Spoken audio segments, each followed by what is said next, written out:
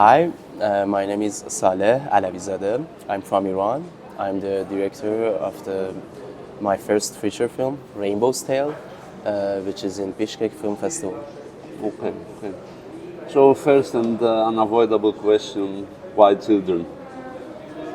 I think it all happened to me because of one specific thing.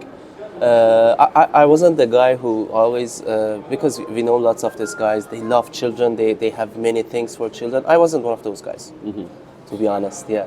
But when you live your life, of course, you achieve something from many experiences. Something happened during the women life freedom movement in Iran 2 years ago. That 9-year-old kid was shot in the head while sitting back in his parents' car, just moving on the street, not protesting, nothing. And many other children died too. But there was something special about this kid that he had many videos of himself. Sorry. and he wanted to be an inventor. He had lots of those cute videos. A boy is sitting and he say, "I'm gonna do this, and they will fix it, and it will fly," or something like that. And he always started all of his videos with a simple sentence: "In the name of Rainbow's God." And this became a thing in Iran. This sentence, "in the name of Rainbow's God," became a thing when people want to start something and they're like, "We are against the regime or anything." They usually say that sentence. And after that, of course, many things happened in Iran, and I was going to do another feature. I had completely different script and ideas to do. I wanted to be kind of like Tarantino of Iran or something. I wanted to do the movies like that, always with killings and blood and stuff. But I think my whole perspective changed after this movement, and I was like, I have to do something, not just something to be political. I mean, of course not, but I have to do something that makes me happy with myself. So the idea of that boy Kian and these things got to this idea. Yeah. Okay, okay. And what was the inspiration behind the different stories? How did you came up with them? Actually, I knew that from the first part that I want to name the movie this, and I'm going to have 7 episodes with 7 different colors. So I started to gather some stories that I liked, or I wrote some short stories before, and change them and put them into some perspectives and to see what I can do with them. And at last I got to, I think, 10 stories. But I preferred this 7. Yeah, I preferred this 7, and I think, for example, one of the stories was the story of Kian himself. And is it okay that I add many things? It's okay.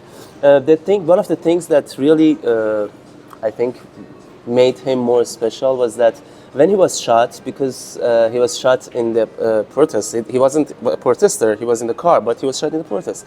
They couldn't get him into hospital because hospital were governmental places, and everyone were shot. They went to home, and they got him to home, and he was dead.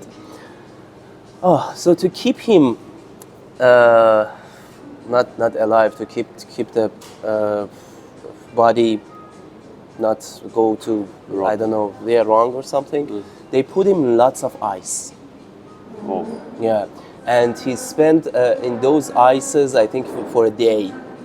And that was the idea. That was one idea that I had to do an episode with this. But I thought, no, I don't want to be this political to the point. I think we have many other problems that these problems are more important to talk about, because it contains lots of people. Yeah. Okay. And what should I say? Okay, the initial question was what inspired you for the story. Yeah, and the other thing about the stories were that I lived in Iran all my life, so all the stories that I have in this movie are the stories that I heard, I experienced, I saw, something like that. So growing up there, of course, you will see lots of problems, and yeah, I think that's it. But also, why you chose like to have the shorts revolving around various types of violence? Oh, because the whole point for me was the violence. The whole point of the movie was the violence because uh, I said that okay, the concept should be violence against children, and I have to go through that. But I wanted I wanted it to be in different ways because when usually you say violence against children in Iran, the first thing you think is beating them, which I have in a way, but only I think in one episode. You know, I didn't want all of it to be those typical things, and of course, rape is one of them, which I didn't go for it directly, but red episode for me is a kind of rape. Child marriage is a kind of rape, of course, and yeah, things like this. And so this thing that you mentioned, the child marriage, does it still happen in Iran? Yeah, it does. It does, and it was a surprise for me, because when I wanted to have it, I was like, maybe it's not that common anymore. So I started digging and searching, and we don't have any official places for statistics like this because they don't want to share it with the world or anyone. But I got that with their statistics, which is not official. More than 15,000 child marriage happens in Iran every year. Wow. 15,000, yeah.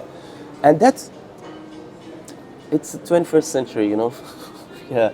That really killed me. And I thought maybe it just happened in very small villages or places like this, but no, it happens in big cities too, still. Yeah.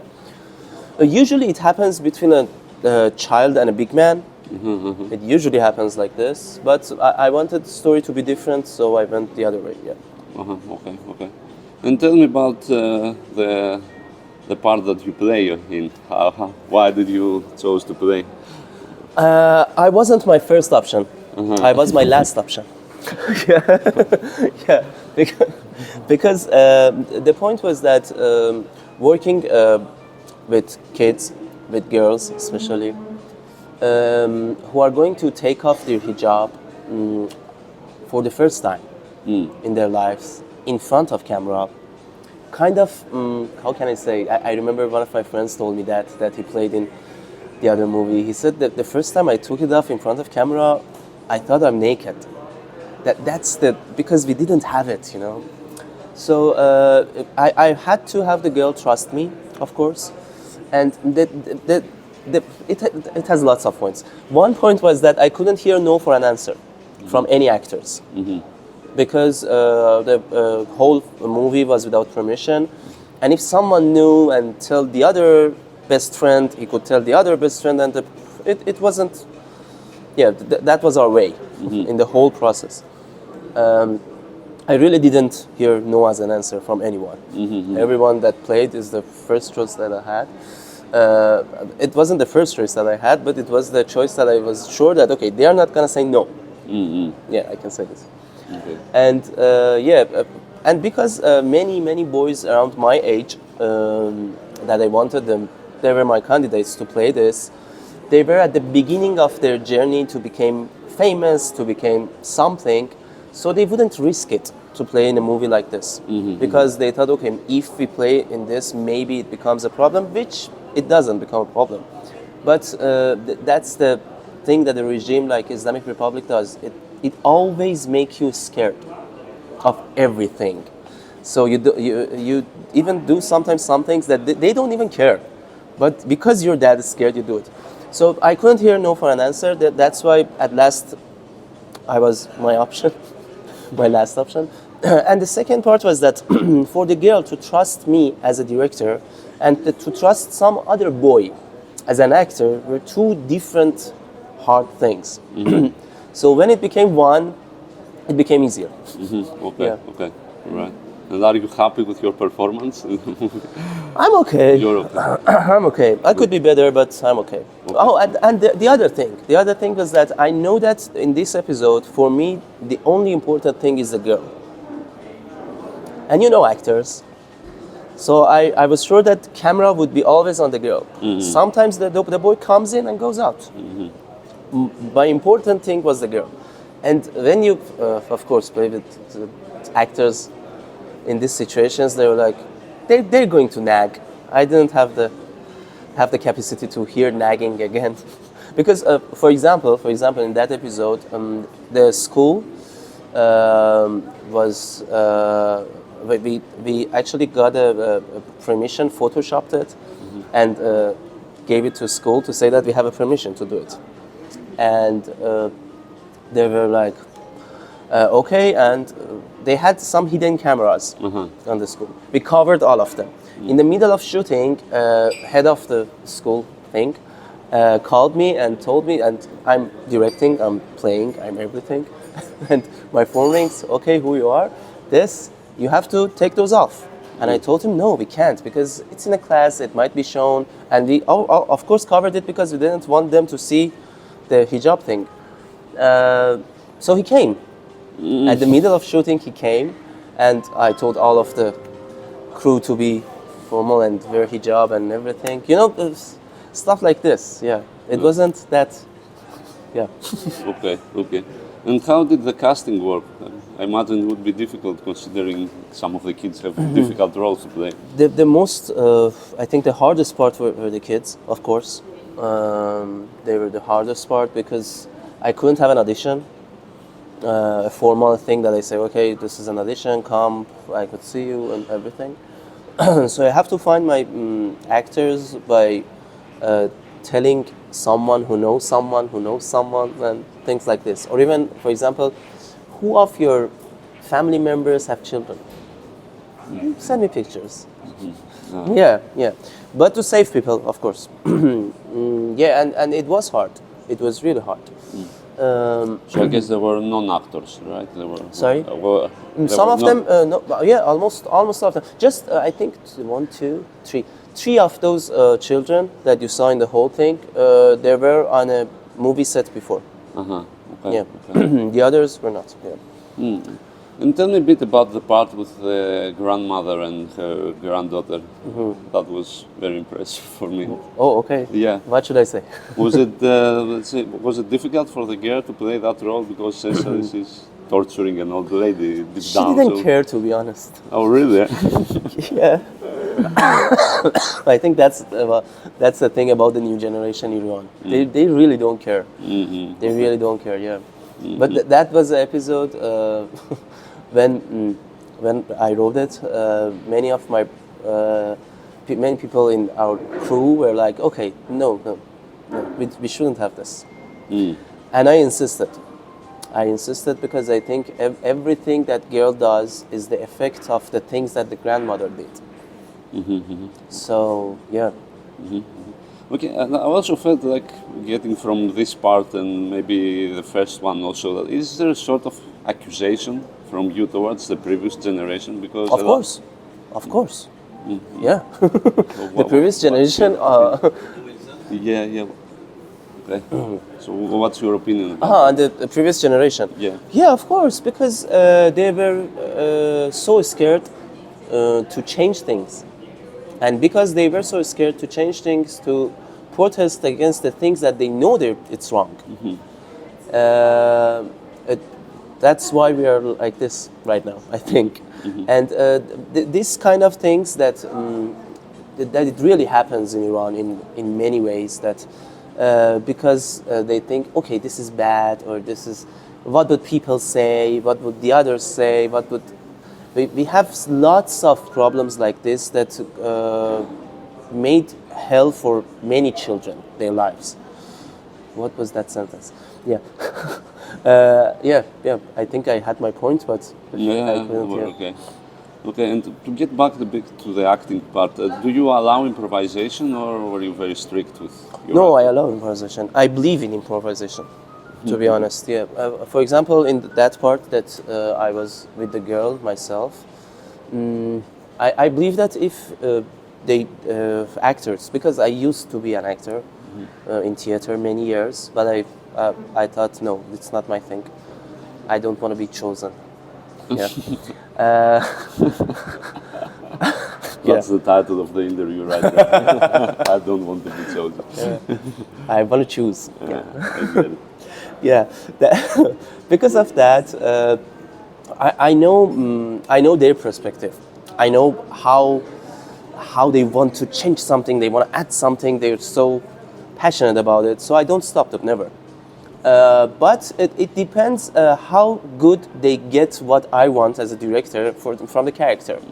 For example, in that school part that I was with the girl, I always changed my dialogues in every scene to make her fresh, to make her think about something new and act more realistic. And this was the thing that I tried to have on my bigger actors, the adults, to have on the children in all episodes. So if something goes wrong, if something doesn't go as it was supposed to go, okay, do an improvisation. It doesn't matter. Go for it. Yeah. Okay. And which was the hardest scene to shoot, would you say? Or the hardest part? The easiest was the grandmother. No, really? Yeah, that was the easiest. That was a house of one of my friends that they wanted to destroy the house, and it was 1 week before that. But I think the hardest, I can't say every not every episode, but in the blue part, the first part, because we were only doing it outside, and we had the permission of a short movie if they came to get us. We always had this stress. Will they come? Will they come? We have to show this. We have to show this. And I sometimes when we had a shot, I told, for example, the DOP to change the thing so they can't reach the things that we already shot and things like this. So that was a bit stressful.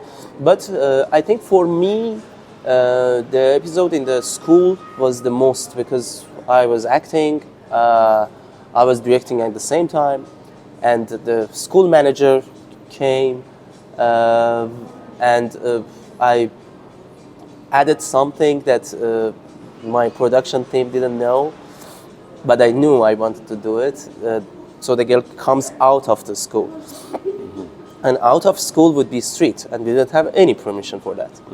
So all the crew were very stressed about that, and there was an embassy of, I don't know, the country in front of the school. So yeah, they had some problems like this. And of course the last episode. Yeah, the last episode was very stressful, but because we took it with a different camera, I think we survived. If we took it with a big camera and stuff like this, they would probably get us. Yeah, because it was in a very populated part of city. It's very famous actually, and it was one of the places that people were doing protests. So yeah, yeah. And how would you describe the industry in Iran, movie industry, like at the moment? I think it's lost in a way because many people decided not to do it by the rules, but when they do it, of course, the money thing doesn't work that good. So, yeah, and the crews are okay. For example, they could work with everyone. They could take their money from some places, but a director can't. A writer can't, for example. Sometimes an actor, especially women actresses, they can't, because when they took off the hijab, they took it off. So because we do this part without permission and everything, of course it's hard.